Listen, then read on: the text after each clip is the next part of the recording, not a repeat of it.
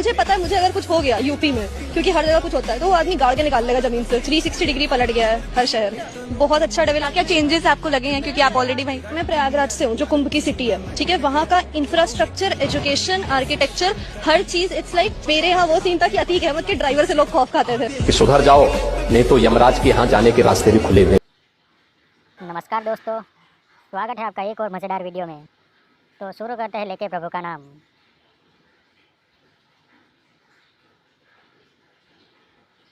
तो चलिए एक जोरदार अभिनंदन के साथ स्वागत करते हैं हमारे प्रिय नेता टोनी स्टार्क का।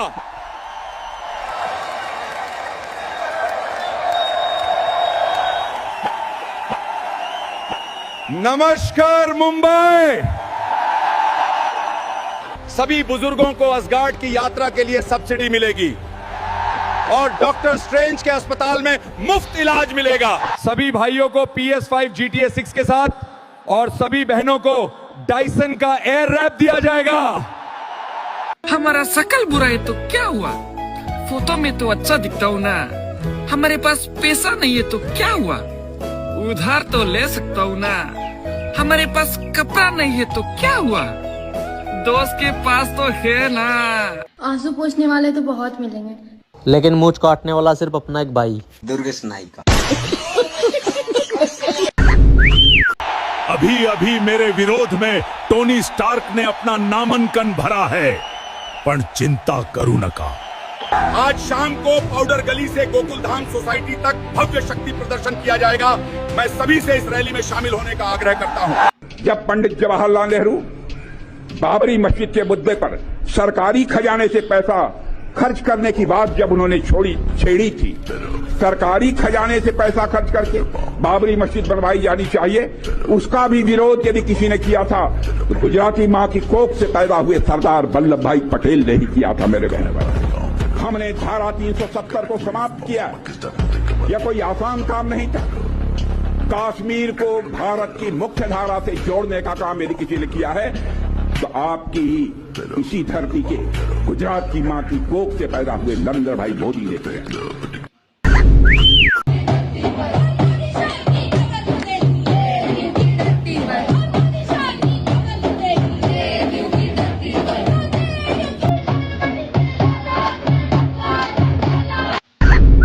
नई संसद के नाम पे, नई संसद के उद्घाटन के नाम पर आप यकीन जानिए, न सिर्फ एक पत्रकार के तौर पर बल्कि एक नागरिक के तौर पे भी उसने मुझे शर्मसार किया है। आज मेरा देश एक लोकतंत्र के तौर पे नजर नहीं आया। आज मेरा देश एक ऐसे समाज के तौर पे नजर नहीं आया, एक ऐसे देश के तौर पे नजर नहीं आया जो कि संविधान से संचालित होता है। न्यूयॉर्क में ज़ोहरान ममदानी, इसके अलावा वो पहले ऐसे मेयर बने जिन्होंने कुरान पर हाथ रखकर शपथ ग्रहण लिया। पहले न्यूयॉर्क के ऐसे मेयर, पहले मुस्लिम मेयर बने। इसको लेकर कई लोग कह रहे हैं कि ये कैसा सेक्युलरिज्म है, क्यों ज़ोहरान ममदानी कुरान पर हाथ रखकर उन्होंने शपथ ग्रहण किया। तो सबसे बड़ी बात तो यही है कि संविधान जो इस बात की इजाज़त देता है कि तमाम लोग, चाहे वो भारत का संविधान हो या संविधान हो वो अमेरिका का, कि तमाम लोग अपने फेथ के हिसाब से, अपने धर्म के हिसाब से, अपनी मान्यता के हिसाब से अपना जीवन जी सकें। चलो आज राइट विंग छोड़ के मैं ऑनेस्ट मीडिया बनता हूँ। 2004 में पेट्रोल का प्राइस 36 रुपए लीटर, 2014 में 72 रुपए लीटर।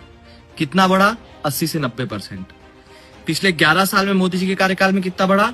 50%। आज मैक्सिमम 108 रुपए बिक रहा है। चलो दूध की बात कर लेते हैं। 2004 में दूध 16 रुपए लीटर, 2014 में दूध 48 रुपए लीटर। कितना बढ़ा? लगभग 120%। 2014 से 2025 11 साल में कितना बढ़ा? सिर्फ 20%। इन्फ्लेशन की बात कर लो, 2014 में जब मनमोहन जी ने चाबी थमाई थी पीएमओ की, तब कितने परसेंट इन्फ्लेशन था? 9.56%। आज मैक्सिमम 4% इन्फ्लेशन है 2025 में। तो ये अनपढ़ों के जैसी बात मत किया करो। ये जितने भी तुम राहुल गांधी के अंधभक्त हो, फैक्ट्स पे बात किया करो। फैक्ट्स पे मोदी ने महंगाई बढ़ा दी, तो फिर ये कंपैरिजंस क्या है प्राइस के? Go and check your own facts first, पढ़ो। आज मंगलवार है, मंदिर चल रही है। मैं मंदिर नहीं जाता। क्यों? मेरी मर्जी। अच्छा एक बात बता, तू भूतों में मानता है? नहीं, जो दिखता नहीं वो होता नहीं। इसीलिए कह रहा हूँ मंदिर चल रही है। हनुमान जी ने श्री राम का नाम लिया और सीना फाड़ा, बोले ले देख जय श्री राम। आपने देखा कि एडुकेटेड होने से और डेंजरस हो जाते हैं और डॉक्टर बनने से और ज्यादा डेंजरस हो जाता है। इसीलिए जो व्यक्ति का जो कलर है वो कलर कभी सेंस नहीं होता है। जो लोग वंदे मातरम नहीं गाते हैं वो लोग कभी भी भारतीय नहीं हो सकता है। यार मोदी जी को बताना पड़ेगा सर जी, दीदी देखो बाबा नहीं चल रहा है, दीदी जी नहीं दे रहा है डिस्काउंट।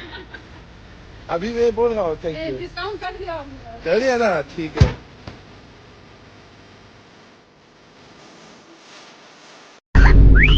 कोई भारत विरोधी तत्व और कोई हिंदू विरोधी तत्व कैसे स्वीकार कर लेगा मोदी जी को और योगी जी को?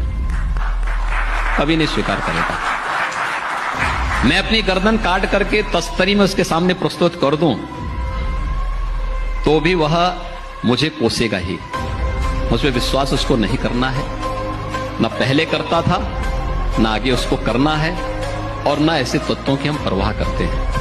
मेरी प्रतिबद्धता प्रदेश की 25 करोड़ जनता है। बिना भेदभाव के कानून का शासन उनके लिए स्थापित करना है। इस राहुल गांधी की औकात कॉरपोरेटर बनने के लायक भी नहीं है। ये वही राहुल गांधी है जो आटा लीटर के भाव बिकवाता है, खेतों में टाइल लगवाता है, आलू से सोना बनाता है। इस बेवकूफ को प्राइम मिनिस्टर की शक्ल दे रहा है। मैं कह रहा हूं कि अपने घर का बड़ा बनने के भी लायक नहीं है। और राहुल गांधी जब तक कांग्रेस पार्टी की कमान संभाले रखेगा और ये कांग्रेस पार्टी दिन पे दिन बर्बाद होती जाएगी।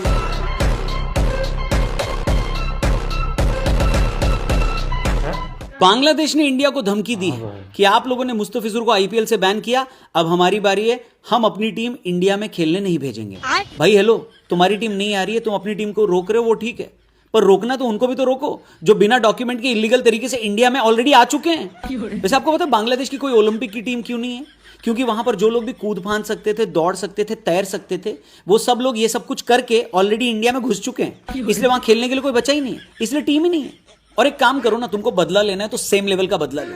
हमने आईपीएल में मुस्तफिजुर को बैन किया, तुम अपने बीपीएल में रोहित शर्मा और कोहली को बैन कर दो, सेम बदला ले लो, दुखी कर दो इन दोनों लोगों को। परेशान हो जाएंगे वो लोग, तरस जाएंगे तुम्हारे यहाँ खेलने के लिए। हाँ, वो बात अलग है, जितना रोहित और कोहली को आईपीएल में एक मैन ऑफ द मैच जीतने पे मिलता है, उसके आधे में तो तुम्हारी पूरी बीपीएल खत्म हो जाती है। वैसे एक मिनट, तुम्हारे पे नाम ही है यार बीपीएल, तो पैसा होगा भी कहां? Sir, when I say delulu, when I say delulu sir, देखिए उसके लिए उसको डिफाइन करने के लिए किसी सेंटेंस की आवश्यकता नहीं है। केवल मैं अगर राहुल गांधी बोल दूं, दैट इज इनफ। आदमी जिंदगी भर डेल्यूजन में जी रहा है और उसके लिए डेल्यूजन ही सॉल्यूशन है। क्या करेंगे आप?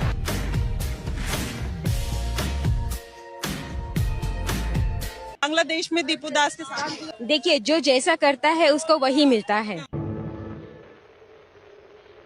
अगर उसने कुछ किया होगा तभी जाकर उसके साथ कुछ हुआ है। कोई तो इस तरह से नहीं कि जाए और बस किसी को कुछ हल्ला कर दे या कुछ उसको मार दे, ऐसा तो नहीं होता है। अगर कोई कष्ट करता है तो बराबर उसको उसकी सजा मिलती है, और देखने वाले फिर देखने के बाद ही करते हैं, अपने आप तो कोई जाकर नहीं करता है। अच्छा, तो जो आप कह रहे हैं दीपू दास ने कुछ गलत किया तभी सजा, देखिए अगर कोई किसी को मारता है तो वो जल्दी से हाईलाइट हो जाता है, बट इसके प्रीवियस अगर उसने कुछ किया रहेगा तो वो तो अभी तक हाईलाइट हुआ ही नहीं है। कौन है ये लोग? तो चाहे वो कुछ किया हो या नहीं किया हो तो उसको इस तरीके के मार देना वो ठीक है? नहीं, ठीक तो नहीं है, लेकिन जिस तरह का एक्शन यहाँ पर इंडिया में लिया जाता है कि अगर कोई मुसलमान ने कुछ बोल दिया, इमीडिएट उसके ऊपर यूएपीए लग जाता है, जिस तरह से हम देख रहे हैं कि उमर खालिद शर्जील इमाम के ऊपर हुआ है। दुश्मन सिर्फ बॉर्डर के उस पार नहीं होता, घर के अंदर भी होता है। उमर खालिद और शर्जील इमाम, सुनिए, गलत और सही की बात नहीं कर रही, आपके सवाल का जवाब दे रही हूँ।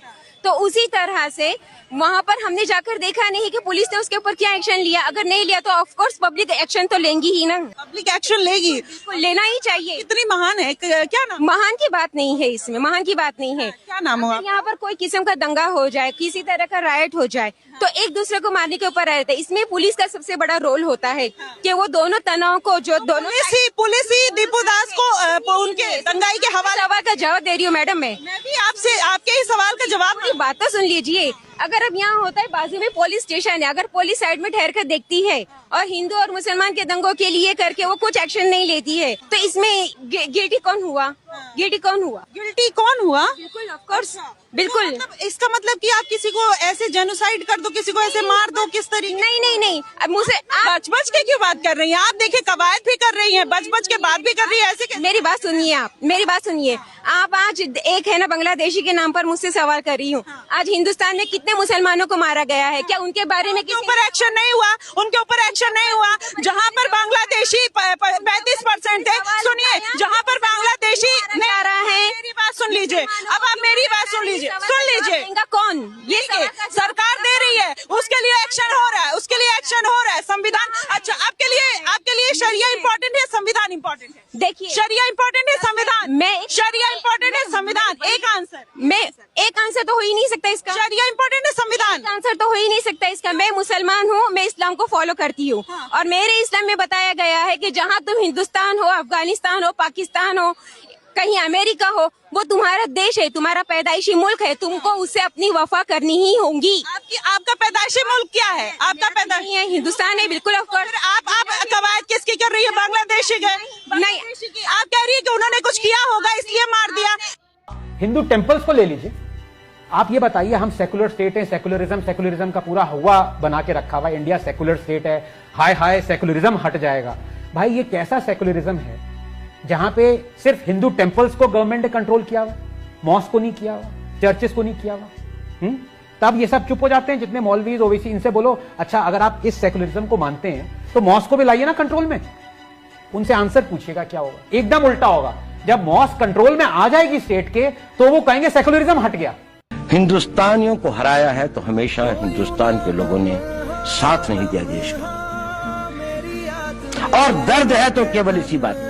भारत के इतिहास में अगर दर्द केवल इस बात का नहीं है कि विदेशियों ने हमारे साथ क्या किया, उनका तो हम मुकाबला कर लेते हैं, दुख इस बात का था कि हमारे सभी लोगों ने साथ नहीं निभाया और साथ नहीं दिया, और इसकी फीलिंग आज भी मुझे इस देश में होती है। भारत विदेशों से इतना नहीं हारा। अंग्रेजों ने भारत के खिलाफ कोई लड़ाई ऐसी नहीं जीती जिसमें कि अंग्रेजों की फौज में भारतीय सिपाही नहीं थे, चाहे वो पहले बंगाल नेटिव आर्मी थी, 1857 के अंदर में सिखों और गुरखा ने उनका साथ दिया, जब सिखों से लड़ाई हो रही थी तो बाकी लोगों ने उनका साथ दिया, हमेशा नेटिव आर्मी उनके साथ थी। तुमने अपनी हार से भागने की बहुत कोशिश की, लेकिन मैंने तुमसे कहा था ना, मुझे कोई टाल नहीं सकता। मुझे लगा था कि आधी दुनिया खत्म हो जाएगी तो बची हुई दुनिया खूब तरक्की करेगी, लेकिन इंसान अपने बीते हुए कल को जख्मों की तरह चाटता है, और जब तक ये बेवकूफ लोग बीते हुए कल को भुला नहीं सकते, ये कभी अपने आने वाले कल को अपना नहीं सकते, ये कभी नहीं सुधरेंगे। वीडियो को लास्ट तक देखने के लिए धन्यवाद। कृपया आपको वीडियो पसंद आया हो तो सब्सक्राइब जल्दी से कर दो भाइयों, सब्सक्राइब कर दो, सब्सक्राइब करने के पैसे नहीं लगते हैं।